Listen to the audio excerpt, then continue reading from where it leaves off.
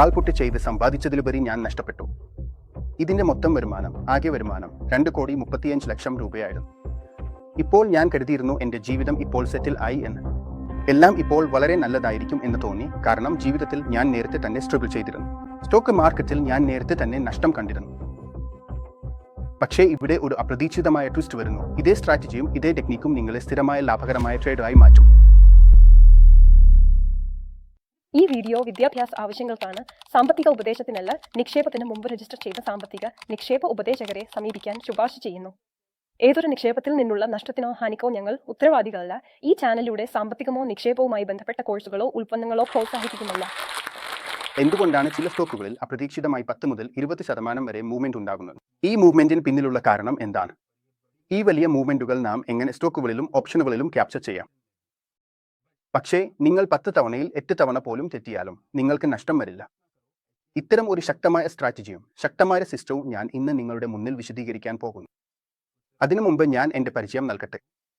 എന്റെ പേര് ആശിഷ് ത്രിപുടെ ആണ്. ഞാൻ ഇന്ത്യയിലെ മധ്യനപൂരിൽ നിന്നാണ്. 2007 ഞാൻ 10ാം ക്ലാസ് പാസ്സായി. 2009 ഞാൻ 12ാം ക്ലാസ് പാസ്സായി. 12ാം ക്ലാസ്സിൽ എന്റെ വിഷയങ്ങൾ അക്കൗണ്ടിങ്ങും ഓഡിറ്റിംഗുമായിരുന്നു. അക്കൗണ്ടിങ്ങും ഓഡിറ്റിംഗും പഠിക്കുമ്പോൾ ഫിനാൻഷ്യൽ അക്കൗണ്ട്സ് എന്ന വിഷയത്തിൽ പഠിക്കുമ്പോഴാണ് ഞാൻ ആദ്യമായി ഷെയർ മാർക്കറ്റിന്റെ പേര് കേട്ടത്. അതിനുശേഷം 12ാം ക്ലാസ് പാസ്സായി. അതിനുശേഷം വേനൽക്കാല അവധികൾ തുടങ്ങി. വേനൽക്കാല അവധിയിൽ രാവിലെ ന്യൂസ് പേപ്പർ വിതരണം ചെയ്യുക, ഉച്ചയ്ക്ക് ഞങ്ങളുടെ ഏരിയയിൽ താമസിച്ചിരുന്ന സ്റ്റോക്ക് ബ്രോക്കർ ചേട്ടനോടൊപ്പം പോകുക. അവൻ ഒരു ബ്രോക്കറുടെ ഓഫീസിൽ ജോലി ചെയ്തിരുന്നു. അതിനാൽ ഉച്ചയ്ക്ക് അവനോടൊപ്പം പോയി ഇരിക്കുക. അവിടെ പോയി ഇരിക്കുമ്പോൾ ഞാൻ കാണാറുണ്ടായിരുന്നു, സ്ക്രീനിൽ വളരെ അധികം നമ്പറുകൾ ഇളകിക്കൊണ്ടിരിക്കും. എനിക്ക് തോന്നിയിരുന്നു ഈ ജോലി വളരെ നല്ലതാണ്. കമ്പ്യൂട്ടറിൽ ഇരുന്ന് ദിവസം മുഴുവൻ ജോലി ചെയ്യാം, നല്ല ശമ്പളവും കിട്ടും. അതിനാൽ ഞാൻ വളരെ സന്തോഷവാനായിരുന്നു. എന്റെ കൗതുകം കൂടി ഇതും നമ്മൾ ചെയ്യണം എന്ന് തോന്നി. ഞാൻ ചേട്ടനോട് പറഞ്ഞു എനിക്ക് ഷെയർ മാർക്കറ്റ് ചെയ്യണം എന്ന്. അപ്പോൾ 58 ഒപ്പുവെച്ച് ഡിമാറ്റ് അക്കൗണ്ട് തുറക്കേണ്ടി വരുമായിരുന്നു. ഞാൻ ചേട്ടനോട് പറഞ്ഞു, ചേട്ടാ എന്റെ ഡിമാറ്റ് അക്കൗണ്ട് തുറക്കി കൊടുക്കൂ, എനിക്ക് സ്റ്റോക്ക് മാർക്കറ്റ് പഠിപ്പിക്കൂ.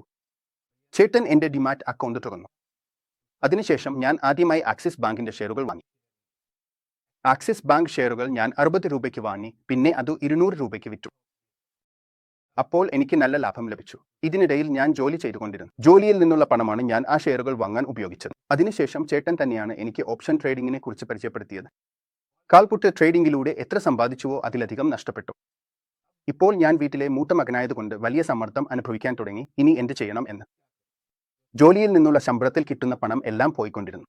അതിനുശേഷം എന്റെ ഉത്തരവാദിത്വങ്ങൾ നിറവേറ്റാൻ ഞാൻ ഒരു ബിസിനസ് തുടങ്ങി. അതാണ് ആപ്ലിക്കേഷൻ സെന്റർ. അവിടെ ബിസിനസ്സുകളുടെ licence, food licence, business registration തുടങ്ങിയ എല്ലാ സേവനങ്ങളും ഞാൻ ആളുകൾക്ക് നൽകുകയായിരുന്നു. ഈ യാത്ര എനിക്ക് നല്ലതായിരുന്നു. ഇവിടെ നിന്ന് ഞാൻ നല്ലൊരു വരുമാനം ഉണ്ടാക്കാൻ തുടങ്ങി. അത് എനിക്ക് ജീവിതത്തിൽ സ്ഥിരത നൽകുകയായിരുന്നു. അതിനുശേഷം ഞാൻ ഗവൺമെന്റ് ടെൻഡർ അഫിലിയേറ്റഡ് സെന്റർ എടുത്തു. അത് ഇന്നും നല്ല വരുമാനം നൽകുന്നു. ഈ 2 ബിസിനസ്സുകൾ കൊണ്ടാണ് ഞാൻ സന്തോഷത്തോടെ കഴിയുന്നത്. പക്ഷേ സ്റ്റോക്ക് മാർക്കറ്റിനെ ഞാൻ എപ്പോഴും ശ്രദ്ധിച്ചുകൊണ്ടിരുന്നു, വാർത്തകൾ വായിച്ചുകൊണ്ടിരുന്നു. അങ്ങനെ ഉള്ളിൽ ഒരു ആഗ്രഹം ഉണ്ടായിരുന്നു, എന്തായാലും സ്റ്റോക്ക് മാർക്കറ്റിൽ ഞാൻ എന്തെങ്കിലും മുന്നോട്ട് ചെയ്യണം എന്നത്.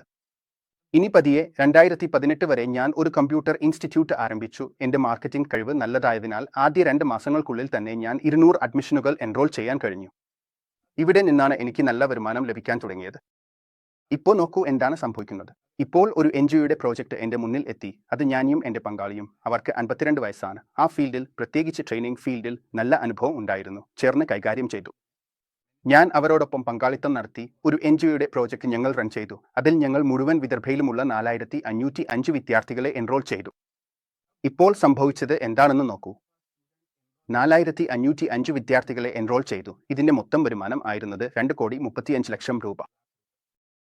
ഇപ്പോൾ ഞാൻ കരുതിയിരുന്നു എന്റെ ജീവിതം ഇപ്പോൾ സെറ്റിൽ ആയി എന്ന്. എല്ലാം ഇനി വളരെ നല്ലതായിരിക്കും. കാരണം ജീവിതത്തിൽ ഞാൻ നേരത്തെ തന്നെ ബുദ്ധിമുട്ട് അനുഭവിച്ചിട്ടുണ്ടല്ലോ. സ്റ്റോക്ക് മാർക്കറ്റിൽ ഞാൻ നഷ്ടം നേരിട്ടിട്ടുണ്ട്. പക്ഷേ ഇവിടെ ഒരു അപ്രതീക്ഷിത ട്വിസ്റ്റ് സംഭവിച്ചു. ഞങ്ങൾ കമ്പനിയിലൂടെ എടുത്ത ഈ പ്രോജക്റ്റ്, അതിന്റെ പിന്നിൽ കമ്പനി തന്നെ 3ാം കക്ഷിയുമായി ഈ പ്രോജക്റ്റ് എടുത്തിരിക്കുന്നു എന്ന് മനസ്സിലായി. ഇപ്പോൾ വലിയ സമ്മർദ്ദമുണ്ടായി. അതിനുശേഷം കേസ് വഗൈറയൊക്കെ നടന്നു. എല്ലാം സംഭവിച്ചു. 2,35,00,000 രൂപയുമായി ആ ആള് ഓടിപ്പോയി. അതിൽ ഞങ്ങൾക്കുള്ള ഷെയർ എന്റെ പാർട്ണറുടെയും എന്റെയും കുറഞ്ഞത് 84 ലക്ഷം രൂപയായിരുന്നു. അർത്ഥം 40 ലക്ഷം രൂപയുടെ ചുറ്റുമാണ്. പക്ഷേ ഈ മുഴുവൻ പണവും ഇപ്പോൾ നഷ്ടമായി. ഇപ്പോൾ ഞാൻ സ്റ്റോക്ക് മാർക്കറ്റിൽ നഷ്ടം നേരിടുകയാണ്. ഈ പ്രോജക്റ്റിന്റെ മുഴുവൻ പരിശ്രമവും പൂർണ്ണമായും നഷ്ടമായി. ഈ പ്രോജക്റ്റ് പരാജയപ്പെട്ടതുകൊണ്ട് ഞാൻ വളരെ നിരാശനായി. ഇപ്പോൾ ഞാൻ ചിന്തിക്കുന്നു ഇനി എന്ത് ചെയ്യണം എന്ന്. ഇപ്പോൾ ഒരു വഴിയുണ്ട് വലിയതൊന്നും ചെയ്യാനുള്ളത്, അതാണ് സ്റ്റോക്ക് മാർക്കറ്റ്.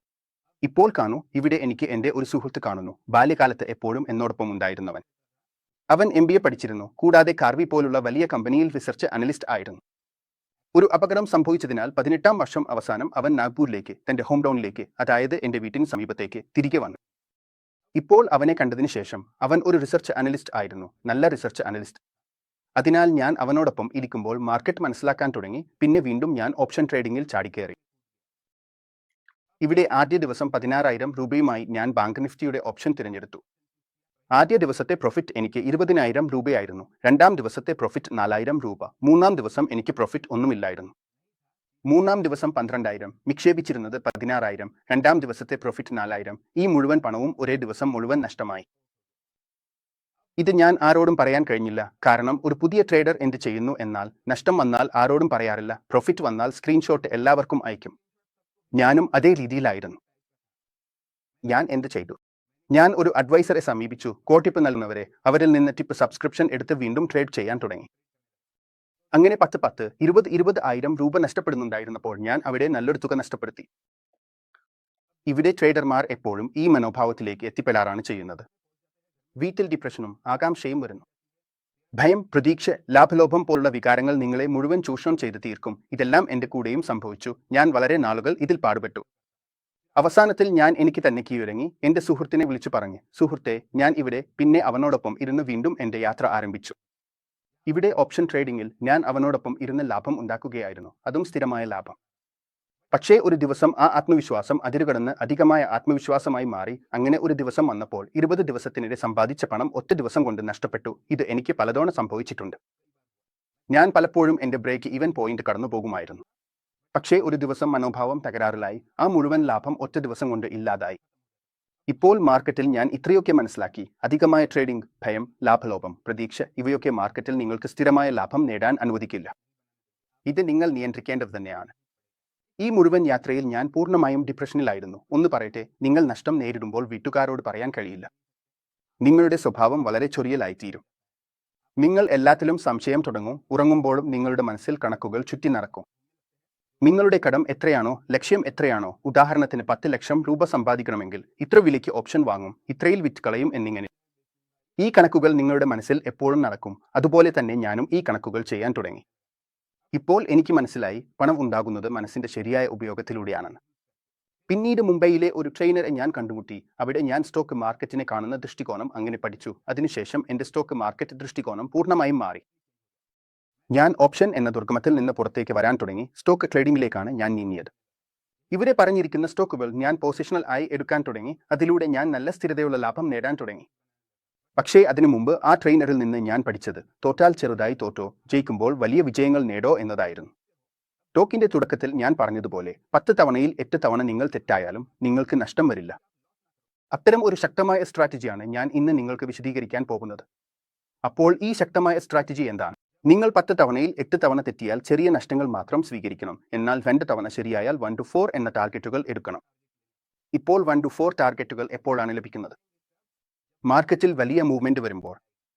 ഇപ്പോൾ ഈ വലിയ മൂവ്മെന്റ് എങ്ങനെ വരുന്നു? നോക്കൂ, മാർക്കറ്റിൽ 2 കളിക്കാർ ഉണ്ട്. ഒരാൾ റീറ്റെയിൽ, മറ്റൊന്ന് ഇൻസ്റ്റിറ്റ്യൂഷൻ. അടിസ്ഥാനപരമായി നമ്മൾ ഇംബാലൻസ് ട്രേഡ് ചെയ്യുകയാണ്. ഇംബാലൻസിന്റെ അർത്ഥം അസന്തുലനം എന്നാണ്. ഇപ്പോൾ ഈ അസന്തുലനം മാർക്കറ്റിൽ എങ്ങനെ ഉണ്ടാകുന്നു? ഒരു വലിയ പ്ലെയർ ഉണ്ട്, അതായത് ഇൻസ്റ്റിറ്റ്യൂഷൻ, മറ്റേത് റീറ്റെയിൽ. ഇൻസ്റ്റിറ്റ്യൂഷൻ മാർക്കറ്റിൽ ഒരു വലിയ ക്വാണ്ടിറ്റി റീറ്റെയിലിൽ നിന്ന് ആവശ്യപ്പെടുമ്പോൾ റീറ്റെയിൽ ആ ക്വാണ്ടിറ്റി ഒരു നിരക്കിൽ നൽകാൻ കഴിയില്ലെങ്കിൽ അപ്പോൾ മാർക്കറ്റിൽ വലിയ മൂവ്മെന്റ് ഉണ്ടാകും. ഉദാഹരണത്തിന്, നിങ്ങൾ ഇൻസ്റ്റിറ്റ്യൂഷൻ ആണെന്ന് കരുതൂ. നിങ്ങളുടെ കയ്യിൽ 5,000 കോടി രൂപയുണ്ട്. നിങ്ങൾ എന്ത് ചെയ്യും? നിങ്ങൾ ഓരോ നിരക്കിലും വാങ്ങും. 100 103 104 105. നിങ്ങളുടെ വാങ്ങലുകൾ മൂലം മാർക്കറ്റിൽ 10-20% വരെ മൂവ്മെന്റ് ഉണ്ടാകും. ഇപ്പോൾ ഈ വലിയ മൂവ്മെന്റ് നമുക്ക് സ്റ്റോക്കുകളിൽ കണ്ടെത്താനാണ്. വലിയ പ്ലെയർമാർ ഒരു സ്റ്റോക്കിൽ വലിയ പണം നിക്ഷേപിക്കുമ്പോൾ അവർ വലിയ അളവിൽ വാങ്ങും. അതിനാൽ വലിയ അളവിൽ വാങ്ങുമ്പോൾ അത് വോള്യൂമിന്റെ രൂപത്തിൽ ചാർട്ടിൽ കാണാം. ചാർട്ടിൽ അവരുടെ വാങ്ങലിന്റെ അടയാളങ്ങൾ നാം തിരിച്ചറിയുന്നത് വോള്യൂമിന്റെ രൂപത്തിലാണ്. ഇപ്പോൾ മാർക്കറ്റിൽ 2000-ലധികം സ്റ്റോക്കുകൾ ഉണ്ട്. അവയിൽ നിന്ന് ദിവസത്തിൽ 10 മുതൽ 20% വരെ മൂവ്മെന്റ് കാണിക്കുന്ന സ്റ്റോക്കുകൾ എങ്ങനെ കണ്ടെത്താം? ഇപ്പോൾ നോക്കൂ, ഏതെങ്കിലും സ്റ്റോക്കിൽ ശരാശരി വോള്യം എത്രയാണോ അതിന്റെ ഒരു 2% മാത്രമല്ല, അതിന്റെ 10 മടങ്ങ് കൂടുതൽ ക്വാണ്ടിറ്റി ആരെങ്കിലും ബൈ ചെയ്താൽ നമ്മൾക്ക് ഒരു മിനിറ്റിൽ 4 കോടി രൂപയുടെ വോള്യം വേണം. 5 മിനിറ്റിൽ 10 കോടി രൂപയുടെ വോളിയം വേണം. 5 മിനിറ്റിൽ 10 കോടി രൂപയുടെ വോളിയം. അപ്പോൾ ഇത് നിങ്ങളുടെ മുന്നിൽ അത്തരം സ്റ്റോക്കുകൾ കൊണ്ടുവരും. അവിടെ ഇൻസ്റ്റിറ്റ്യൂഷണൽ ബൈയിങ് നടക്കുകയാണ്. അതേ സ്റ്റോക്കിൽ നമുക്ക് പ്രൈസ് ആക്ഷൻ സെറ്റപ്പ് ഉപയോഗിച്ച് ട്രേഡ് ചെയ്യണം. അടുത്ത ദിവസം പോലും അതേ തരത്തിലുള്ള വോളിയം വരുമെങ്കിൽ നമുക്ക് അത് പൊസിഷണലായി കൈവശം വയ്ക്കാം. അതിനാൽ ഇത് ഒരു സ്ട്രാറ്റജിയാണ്. ഇവിടെ നിങ്ങൾക്ക് നല്ല പണം സമ്പാദിക്കാനാകും. മുൻപ് ഞാൻ പറഞ്ഞതുപോലെ 10 തവണയിൽ 8 തവണ. അതിനാൽ നമുക്ക് എപ്പോഴും 1-4 എടുക്കണം. ഈ സ്ട്രാറ്റജിയിലൂടെ മാർക്കറ്റിൽ നിങ്ങൾക്ക് ഏത് സ്റ്റോക്കിലും 10 മുതൽ 20% വരെ മൂവ്മെന്റ് ലഭിക്കും. ഇപ്പോൾ നിങ്ങൾ സ്ട്രാറ്റജി മനസ്സിലാക്കി എന്നാണ് കരുതുന്നത്. ഞാൻ പറയുകയാണെങ്കിൽ സ്ട്രാറ്റജിയിൽ നിന്ന് ലാഭം ഉണ്ടാകില്ല. അതും ശരിയാണ്. സ്ട്രാറ്റജിയിൽ നിന്ന് ഒരിക്കലും ലാഭം ഉണ്ടാകില്ല. ലാഭം ഉണ്ടാകുന്നത് നിങ്ങളുടെ മനോഭാവം നല്ലതായിരിക്കുമ്പോഴാണ്. ചിലർ പറയുന്ന പോലെ ബൈ ചെയ്തു, സെൽ ചെയ്തു, അതാണ് ട്രേഡിംഗ് എന്നല്ല. ട്രേഡിംഗ് എന്നത് ഇത്രയേ ഉള്ളൂ. നിങ്ങൾ ഒരു സ്റ്റോക്ക് വാങ്ങി. ഇനി അതിനുശേഷം ആ സ്റ്റോക്ക് ഒരു 2 രൂപയുടെ വിലയിൽ കയറി ഇറങ്ങുന്നുണ്ടെങ്കിൽ നിങ്ങൾ അതിനെ എങ്ങനെ മാനേജ് ചെയ്യുന്നു? ഇതെല്ലാം ചേർത്ത് പറഞ്ഞാൽ ഇതാണ് ട്രേഡിംഗ് എന്നതിന്റെ സിമ്പിൾ അർത്ഥം. അതും നിങ്ങൾക്ക് ലഭിക്കുന്നത് മനോഭാവം കൊണ്ടാണ്. അപ്പോൾ ശരിയായ മനോഭാവം എന്താണ്? ശരിയായ മനോഭാവം എപ്പോഴും നഷ്ടത്തിന് തയ്യാറായിരിക്കുകയാണ്. നിങ്ങൾ നഷ്ടത്തിന് തയ്യാറാണെങ്കിൽ നിങ്ങളുടെ മൂലധനം മുഴുവൻ നഷ്ടപ്പെടുമോ എന്ന ഭയം തന്നെ ഉണ്ടാകില്ല. കാരണം നിങ്ങളുടെ റിസ്ക് നിർവചിച്ചിരിക്കുന്നു. എനിക്ക് ഇത്രയേ റിസ്ക് ഉണ്ട്, അതിനേക്കാൾ കൂടുതൽ നഷ്ടം ഉണ്ടാകില്ല. ഞാൻ പറഞ്ഞതുപോലെ ഇൻസ്റ്റിറ്റ്യൂഷൻ ഒരു സ്റ്റോക്കിൽ പണം നിക്ഷേപിച്ചാൽ അത് നേരെ മേലേക്ക് പോകും. പക്ഷേ പലപ്പോഴും നിങ്ങൾ കണ്ടിട്ടുണ്ടാകും, എങ്ങനെ മേലേക്ക് പോകുന്നുവോ അതുപോലെ തന്നെ അത് താഴേക്കും വരും. അതിനാലാണ് ഈ സ്ട്രാറ്റജി നാം 3 ഘട്ടങ്ങളായി വിഭജിച്ചിരിക്കുന്നത്. ഘട്ടം 1 ഇൻസ്റ്റിറ്റ്യൂഷൻ വോളിയം തിരിച്ചറിയുക. ഇപ്പോൾ വോളിയം വരുമ്പോൾ നമുക്ക് ഒരു ക്രൈറ്റീരിയ സെറ്റ് ചെയ്യേണ്ടി വരും. അതായത് ഏതെങ്കിലും സ്റ്റോക്കിൽ ഒരു മിനിറ്റിൽ 4 കോടി രൂപയിലധികം വോളിയം വേണം. അതിനുശേഷം ശരാശരി വോള്യത്തിനേക്കാൾ 10 മടങ്ങ്, 20 മടങ്ങ്, 50 മടങ്ങ്, 100 മടങ്ങ് കൂടുതലായ വോളിയം വരികയാണെങ്കിൽ ആ സ്റ്റോക്ക് നമുക്ക് ഏറ്റവും മികച്ചതായിരിക്കും. ഇപ്പോൾ ഈ 4 കോടി എന്ന ക്രൈറ്റീരിയ തന്നെ എന്തുകൊണ്ടാണ് സെറ്റ് ചെയ്തിരിക്കുന്നത്? 1 കോടി എന്തുകൊണ്ടല്ല? 2 കോടി എന്തുകൊണ്ടല്ല? 3 കോടി എന്തുകൊണ്ടല്ല? നിങ്ങൾ എൻ്റെ മുമ്പത്തെ ജേർണി നോക്കിയാൽ അപ്പോൾ ഒരു സ്റ്റോക്ക് ഹിലിക്കാൻ വരുമ്പോൾ ഇൻസ്റ്റിറ്റ്യൂഷൻ ആ സ്റ്റോക്ക് 1 കോടിയിലും ഹിലിക്കാൻ കഴിയും. പക്ഷേ ഇപ്പോൾ റീറ്റെയിൽ പങ്കാളിത്തം 7% നിന്ന് കൂടിയിട്ടുണ്ട്. കാരണം മ്യൂച്വൽ ഫണ്ടുകളും കമ്പനികളും LICയും വലിയ ഇൻസ്റ്റിറ്റ്യൂഷനുകളും മാർക്കറ്റിൽ വലിയ പങ്കാളിത്തം കാണിക്കുന്നു. അപ്പോൾ സംഭവിക്കുന്നത്, മുമ്പ് സ്റ്റോക്കുകൾ ഒരു 2 കോടിയിൽ തന്നെ ഹിലിയുമായിരുന്നെങ്കിൽ ഇപ്പോൾ അവയെ ഹിലിക്കാൻ വലിയ പണം വേണം. ഇവിടെ വലിയ ഒരു ക്രൈറ്റീരിയയാണ് മിനിറ്റിൽ 4 കോടിയിലധികം വോളിയം വേണം. ഞാൻ പറഞ്ഞതുപോലെ 4 കോടിയുടെ ക്രൈറ്റീരിയ. പക്ഷേ ഈ 4 കോടിയുടെ ക്രൈറ്റീരിയ വന്നതുകൊണ്ട് അത്ര വലിയ ഒരു മായാജാലം സംഭവിക്കില്ല. ഈ സ്റ്റോക്ക് എപ്പോഴും ഉയരാൻ തുടങ്ങുമെന്ന്. ചെറിയ റീറ്റെയിൽ ഡബനക്ലേൻഡും 4 കോടിയുടെ വോളിയം ഇടും.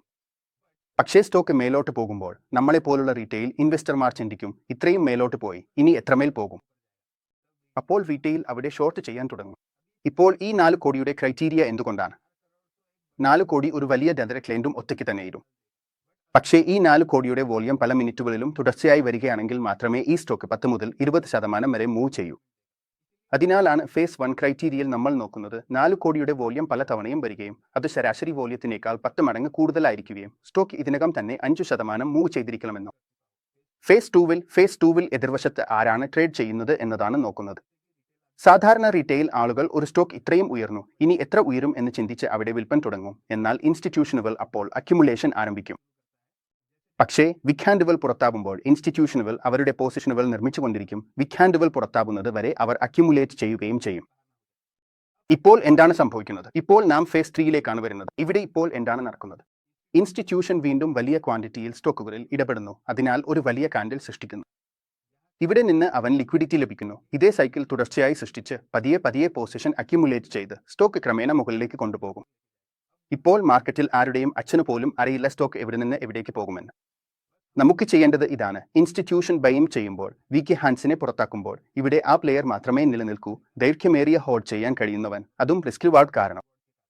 ഇതുപോലുള്ള വലിയ റിസ്ക് റിവാർഡ് എടുക്കാൻ കഴിയുക, അതാണ് നഷ്ടത്തിൽ നിന്ന് ഭയപ്പെടാത്തവൻ മാത്രം.